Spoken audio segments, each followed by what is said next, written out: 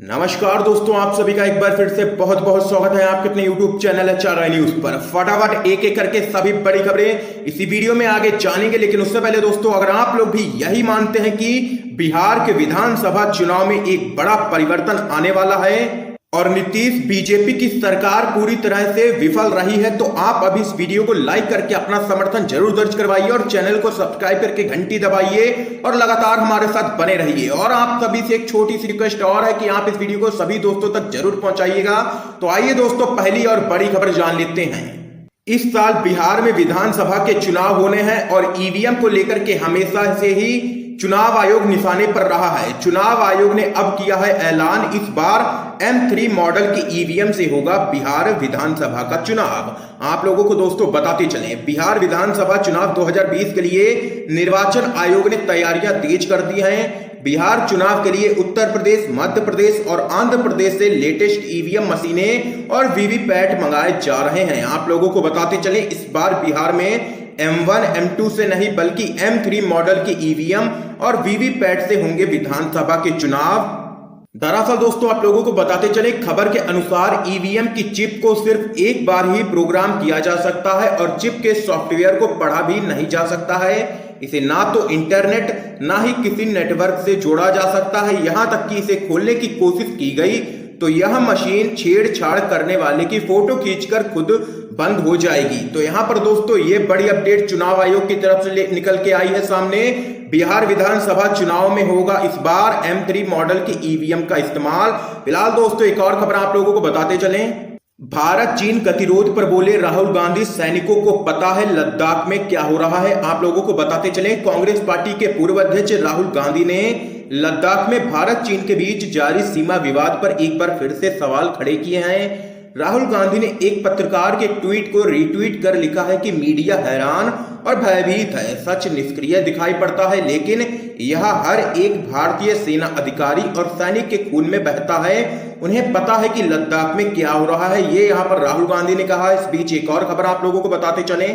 70,000 LED screen BJP ही afford कर सकती है, सीएम ममता का अमित शाह पर जोरदार हमला। आप लोगों को बताते चले, गृह मंत्री अमित शाह की वर्चुअल रैली पर निशाना साधते हुए ममता बनर्जी ने कहा है कि सोशल मीडिया में ऐसी खबरें सामने आ रही हैं कि 70,000 LED स्क्रीन का प्रयोग किया गया, इतना तो बीजेपी ही अफोर्ड कर सकती है, हम लोग नहीं।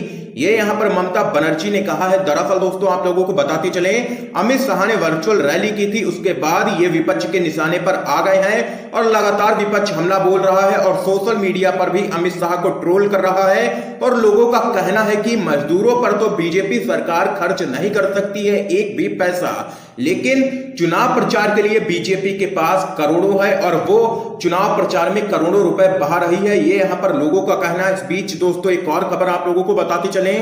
कांग्रेस छोड़ भाजपा में शामिल होने वाले 7 विधायकों को लगा तगड़ा झटका। मणिपुर हाई कोर्ट का बड़ा फैसला, कांग्रेस छोड़ भाजपा में जाने वाले 7 विधायकों की विधानसभा में एंट्री पर लगी रोक। आप लोगों को बताते चलें, मणिपुर हाई कोर्ट ने कांग्रेस से इस्तीफा देकर भाजपा में शामिल होने वाले 7 विधायकों के विधानसभा जाने पर रोक लगा दी है। इसको लेकर के अदालत ने आदेश भी जारी कर दिया है।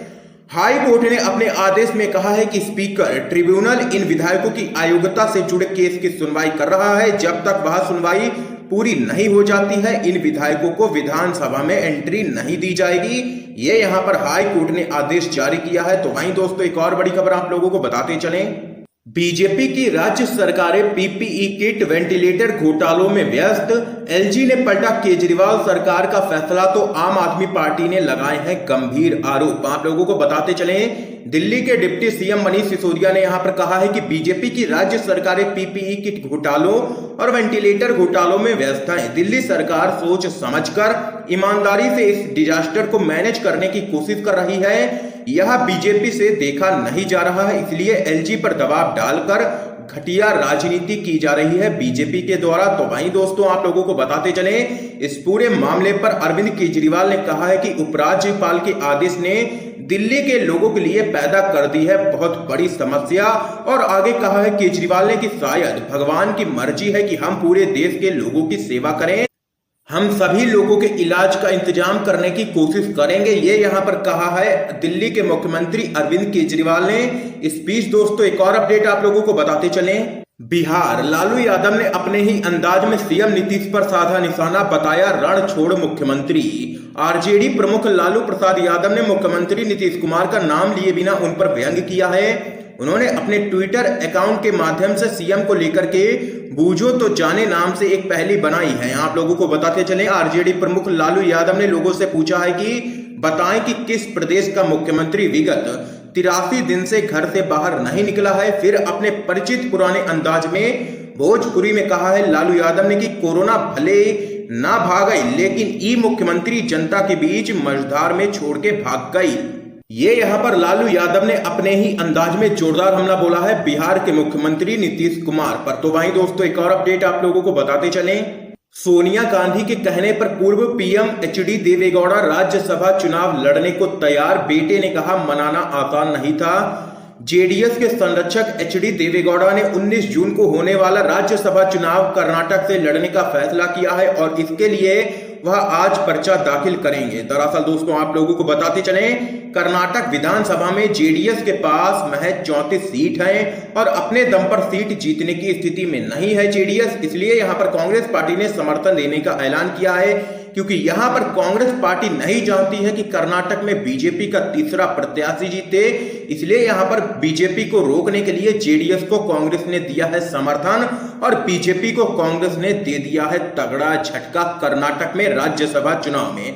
इस बीच दोस्तों एक और खबर आप लोगों को बताते चलें, शिवपाल की सपा में वापसी का रास्ता साफ। भतीजे अखिलेश के नेतृत्व को चाचा ने स्वीकारा। शिवपाल यादव की सपा में वापसी का रास्ता भी बनता हुआ दिख रहा है। सपा ने एक और जहां शिवपाल यादव की विधानसभा सदस्यता रद्द करने की याचिका वापस ले ली है, तो वहीं शिवपाल यादव ने अखिलेश यादव को चिट्ठी लिखकर आभार जताया है। साथ ही शिवपाल ने अखिलेश यादव के नेतृत्व की भी सराहना की है। अब देखने वाली बात यहां पर यह होगी कि 2022 के चुनाव से पहले मुलायम कुनबा क्या एक हो जाएगा या नहीं।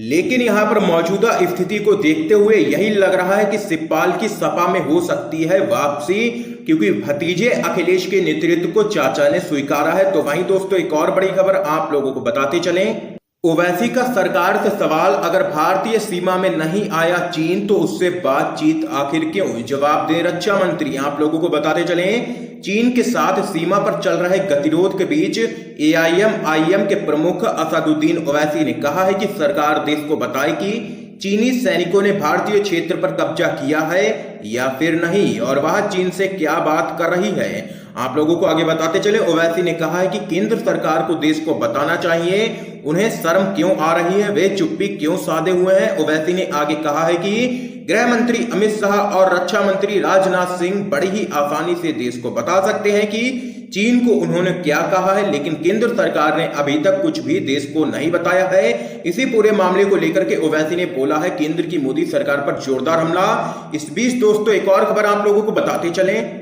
कोरोना की मुश्किलों पर सोनिया गांधी ने लिखा मनरेगा पर राजनीति नहीं, इससे गरीबों की करें मदद। कांग्रेस की अंतरिम अध्यक्ष सोनिया गांधी ने लिखा है कि कांग्रेस द्वारा स्थापित सार्वजनिक वितरण प्रणाली यानी कि पीडीएस के साथ मनरेगा गरीब और कमजोर नागरिकों को भूख और गरीबी से बचाने के लिए बहुत ही लाभकारी है। आप लोगों को आगे बताते चलें, सोनिया गांधी ने कहा है कि मनरेगा क्रांतिकारी और तार्किक बदलाव का उदाहरण है। इस कानून ने गरीब से गरीब शख्स को हाथों का काम और आर्थिक ताकत देकर भूख और गरीबी को मिटाने का काम किया है। सोनिया गांधी ने आगे कहा है कि यह तार्किक इसलिए है कि यह पैसा सीधा उन लोगों के हाथ में जाता है जिन्हें इसकी सबसे ज्यादा जरूरत है।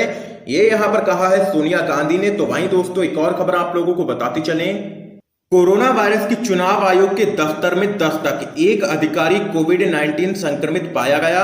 कोरोना वायरस संक्रमण ने अब चुनाव आयोग के दफ्तर में अपनी दस्तक दे दी है।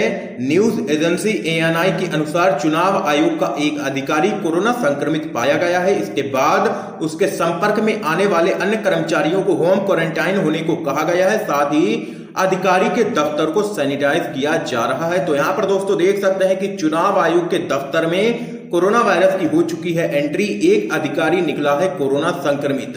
तो वहीं दोस्तों एक और खबर आप लोगों को बताते चलें, एटलस साइकिल कंपनी में तालाबंदी के खिलाफ सपा का प्रदर्शन, उठाई दोबारा खोलने की मांग। एटलस साइकिल कंपनी को समाजवादी पार्टी द्वारा तत्काल खोले जाने की मांग की गई है। इसको लेकर के सपा के कार्यकर्ता साइकिल चलाकर कंपनी तक गए और सरकार से इसे दोबारा खोलने की मांग की है। दरअसल दोस्तों आप लोगों को बताते चले, एटलस साइकिल कंपनी पर पड़ी है आर्थिक मार और यहां पर आर्थिक तंगी के कारण एटलस साइकिल कंपनी हो चुकी है बंद। तो वहीं दोस्तों एक और खबर आप लोगों को बताते चले, देश भर में महामारी फैली है और बीजेपी प्रचार करने में व्यस्त है। इस पर आप लोगों को बताते चले, मशहूर एक्टर प्रकाश राज ने किया है ट्वीट और जोरदार हमला बोला है मोदी सरकार पर, जिसमें उन्होंने मौजूदा राजनीतिक स्थिति को लेकर के तंज कसा है। अपने ट्वीट में उन्होंने कहा है कि प्रवासी पैदल चल सकते हैं, मध्यम वर्ग शांति से मर सकता है, अर्थव्यवस्था चौपट हो सकती है, लेकिन राजनीतिक दल बिहार में अपना चुनाव प्रचार कर रहे हैं। उनका सीधा इशारा अमित शाह की वर्चुअल रैली पर था। आप लोगों को बताते चले, प्रकाश राज ने अपने ट्वीट में गुजरात की राजनीतिक स्थिति पर भी निशाना साधा है, क्योंकि आप लोगों को बताते चले बीजेपी की तरफ से लगातार विधायकों की खरीद फरोख्त की जा रही है गुजरात के अंदर। इसी को लेकर के प्रकाश राज ने बोला है जोरदार हमला बीजेपी पर।